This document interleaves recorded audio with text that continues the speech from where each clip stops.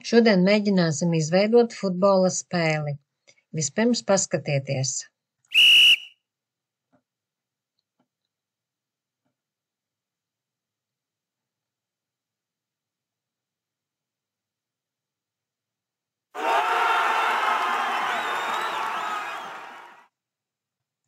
Un tagad ķersimies pie darba. Atveram jaunu projektu. Labāk būtu, ja jūs ieietu savā profilā.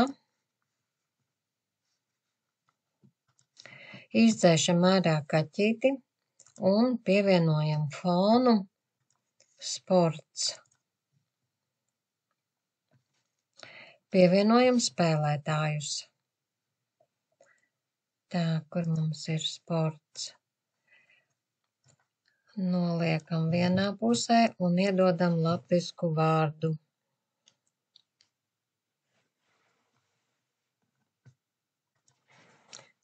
Piemēram, Kārlis.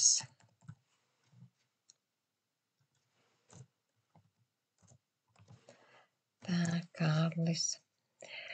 Nedaudz samazināsim. Es uzlikšu 90.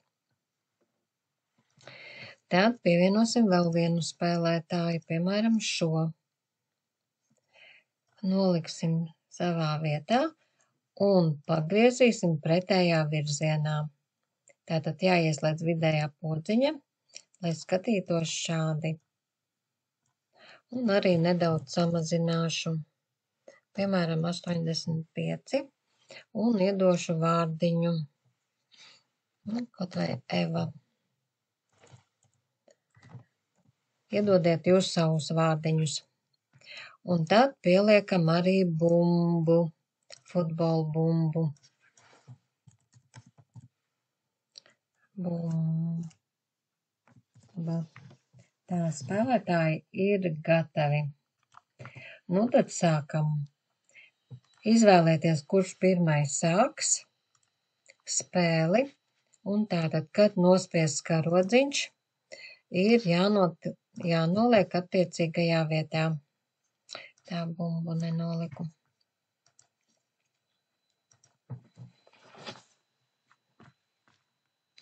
Tāpat arī Kārlim.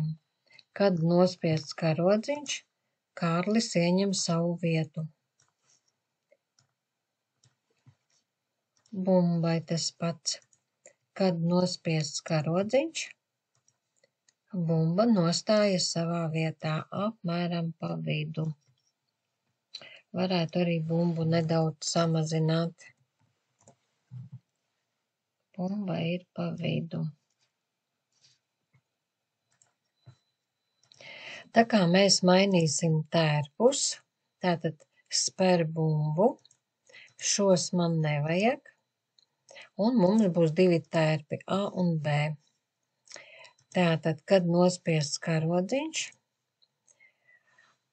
tērpam ir jābūt A. Kāja ir nolaista. Tā arī Kārlis. Sākumā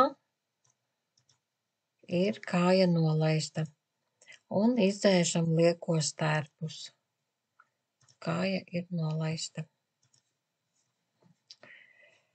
Tā, man iesāks spēle meitene. Tā, skaņa. Pievienosim skaņu. Tātad. Spēles sākuma skaņu. Ja? Tātad šeit var izvēlēties dažādas skaņas. Sports.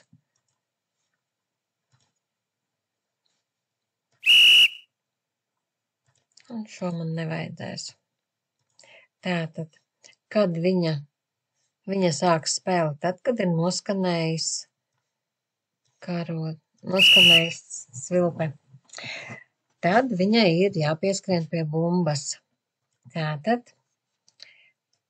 pieskrienam pie bumbas un slīdēt uz šo vietu. Šādi būs vieglāk nolasīt koordinātes. Pārbaudam. Tā, meitene ir pieskrējusi. Tagad viņa grib pateikt, ka būs vārti. Tā, būs vārti. Viņa, protams, ka to cer. Tā, varētu ielikt gaidīt 0.3. Viņa saka, būs vārti, un tad viņa mainīs tērpu, jeb gribēs iespert. Visu laiku pārbaudam, vai notiek tas, ko mēs gribam. Spēr. Un spēr. Mēs viņu varētu nolikt nedaudz zemāk. Tātad -66. 36. -66. Pārbaudam.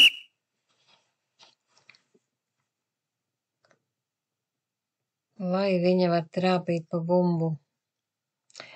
Un tad, kad viņa ir trāpījusi bumbu, mums būs jauns bloks nosūtīt ziņu. Pārraidīt ziņu. Jauna ziņa, piemēram, pie bumbas. Šeit var jebko pielikt.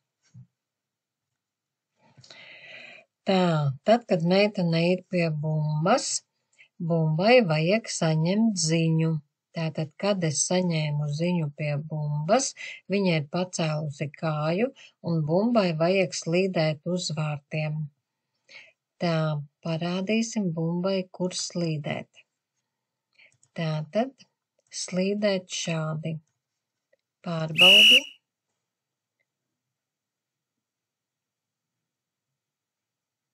Ķunk. Un tad, kad bumba ir atsitusies pret kāju, mēs varētu uzlikt gaidīt 0.3. un pārraidīt ziņu. Tā, pārraidīt ziņu. Ziņai jābūt citai. Piemēram, es uzrakstīšu kāja. Tātad Kārlis ir saņēmis bumbu un saņēmis ziņu. Kad saņēmu ziņu kāja, viņš var arī pateikt kaut ko, piemēram, nē, nav vārti,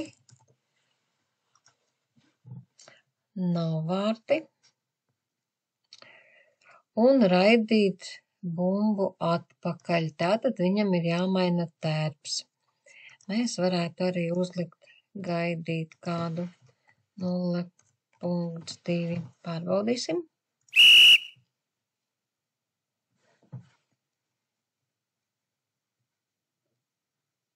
Nē, nav vārti.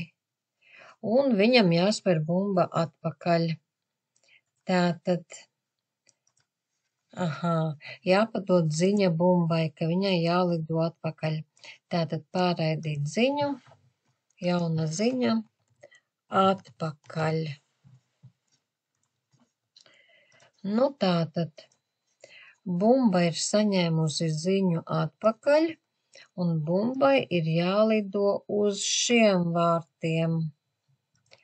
Tātad uz šiem vārtiem tas būs.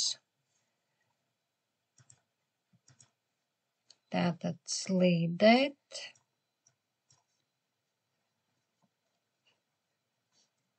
Un tad, kad bumba ir ieripojusi vārtos, mums vajag skaņu pielikt. Tā skaņa. Sports. Un. Nē. To mums vajag. Tātad skaņa.